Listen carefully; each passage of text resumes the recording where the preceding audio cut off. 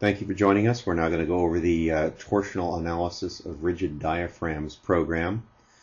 Basically, this program uses matrix methods to model the stiffnesses of lateral force resisting elements connected to a rigid diaphragm and how those forces applied to the diaphragm, both shear and torsion, are then transferred to those resisting elements.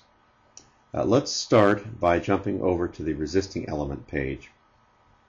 What we can do is we can specify any number of resisting elements connected to a horizontal diaphragm. So I'm going to go ahead and just add 4 walls here. Here's a wall. Its height is 15, length of 12, blah, blah. We'll add another wall. The location of this wall will be 100 feet to the right and with a CG of 25 feet above a datum. And we'll go back here and specify wall number 1 at the X is 0 and 25 feet above the datum. Here's our diagram. We've added 2 walls, number 1 and number 2. We need to turn these walls at 90 degrees.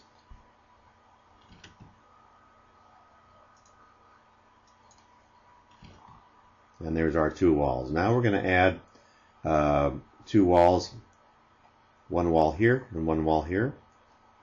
So we will add wall number 3. The XCG is 50 feet over, negative 50 feet down. We will add another wall, 50 feet over, 50 feet up.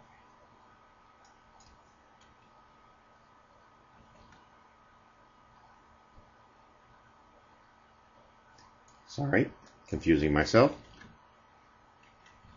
That's a little better. So here we have 4 walls. Let's make those walls a little bit longer. Let's make each of them 50 feet long. Might be a little bit easier.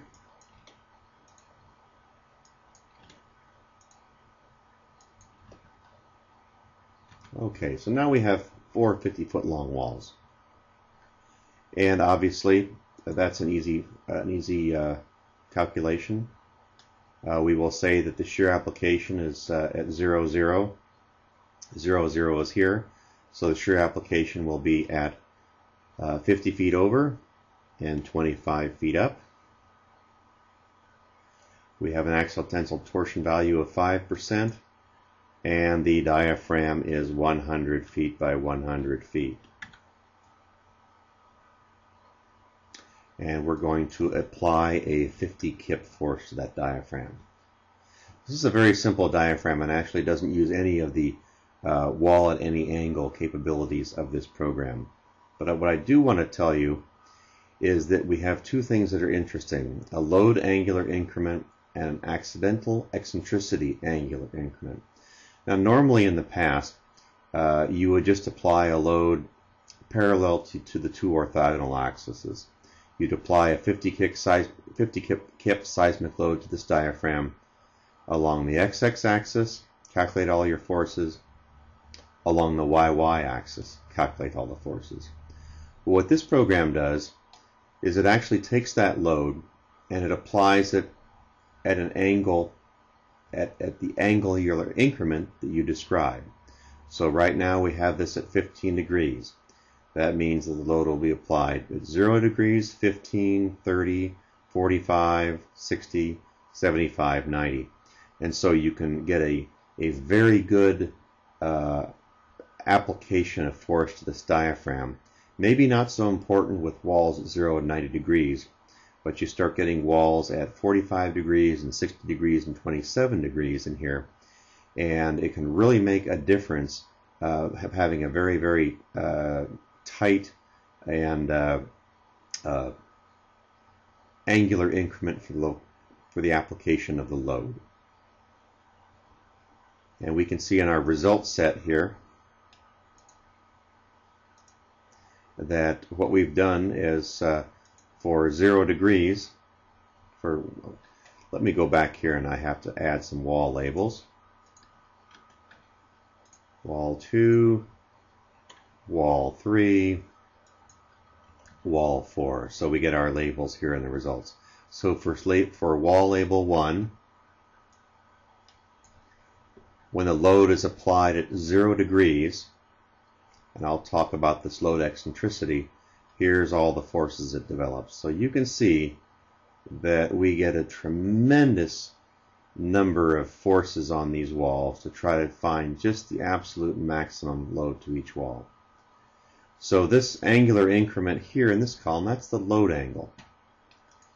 That's controlled by this. Notice if I go back to 45 degrees, I just have a 0 degree, 45, and 90. Or if I do 1 degree, it takes a little bit longer to calculate here. Notice 1 degree, 2 degrees, 3 degrees. So there's a lot of calculations going on. The next item is the accidental eccentricity angular increment. So in addition to spinning this applied load around conceivably at 1 degree increments, what we also want to do is there can be an accidental eccentricity of that load.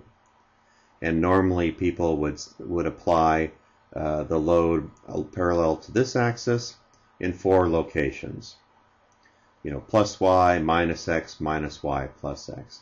But really, the code defines that eccentricity as an area. It's more of an elliptical shape around the center of gravity. So what we do is we take a load, we apply it at this point, we spin it at 30 degrees, at next 15 degrees over here on this ellipse, we apply it, we spin it by 30 degrees around that. So what you're doing is you're applying the load in almost every direction at every most severe location around your minimum eccentricity ellipse.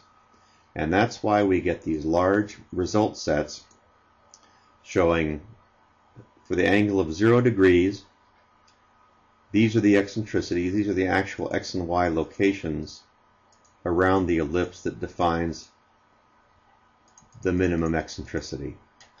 And so for each one of these is a direction and a location of the application of force, and then how it falls through with direct and torsional shears to each wall element.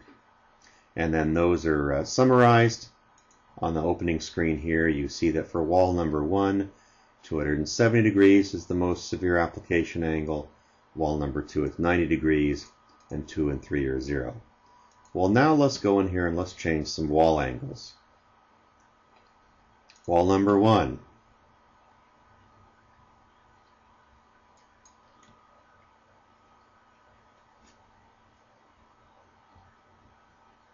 (110 degrees).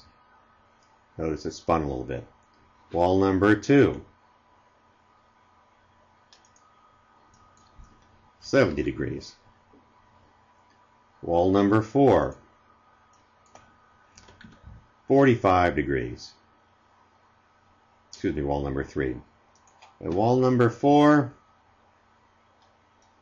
let's give it 25 degrees. So here we have this system, impossible to do by hand, but by virtue of building stiffness matrices for each wall, and according to their stiffness along each axis and the angle of the wall, we can create some great results. Notice the center of rigidity has moved way off center.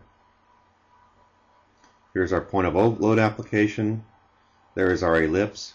And in fact, let's make it a 20% accidental eccentricity and make the diaphragm dimensions unequal. So you can see 20% of 150 is this dimension, 20% of 100 is this dimension.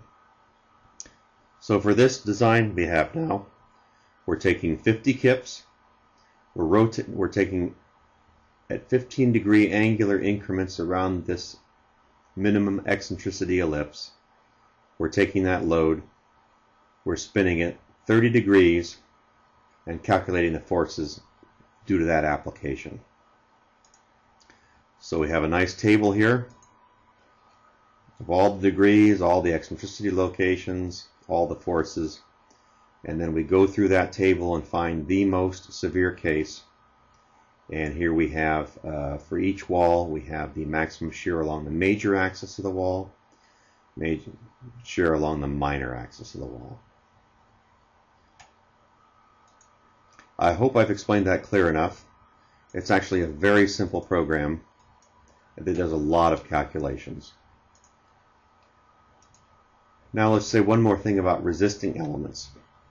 Here we've used walls, and so we've just defined it as a wall. But you can also use beam stiffness. So in other words, if you enter in the height, the modulus of elasticity and bending of the beam, and the moment of inertia about each axis, it'll calculate the stiffness of that. Basically what it's doing is it's applying a 1 kip load to each element and it's determining the deflections.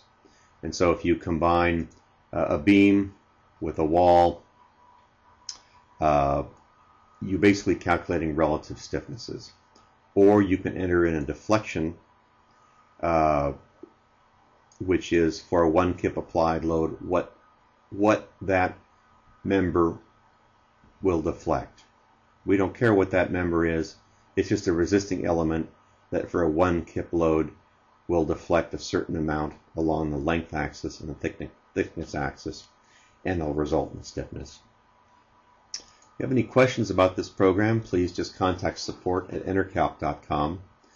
This is primarily used in buildings where you have a nice big concrete slab sitting on top of concrete walls or braced frames or other elements, and you want to calculate the distribution of a lateral load and then an induced torsional load because of the eccentricity between the applied load location and the center of rigidity, and also any torsions from the accidental eccentricity of the load. So please contact us or see the documentation, and we'll have a much more thorough write-up in there.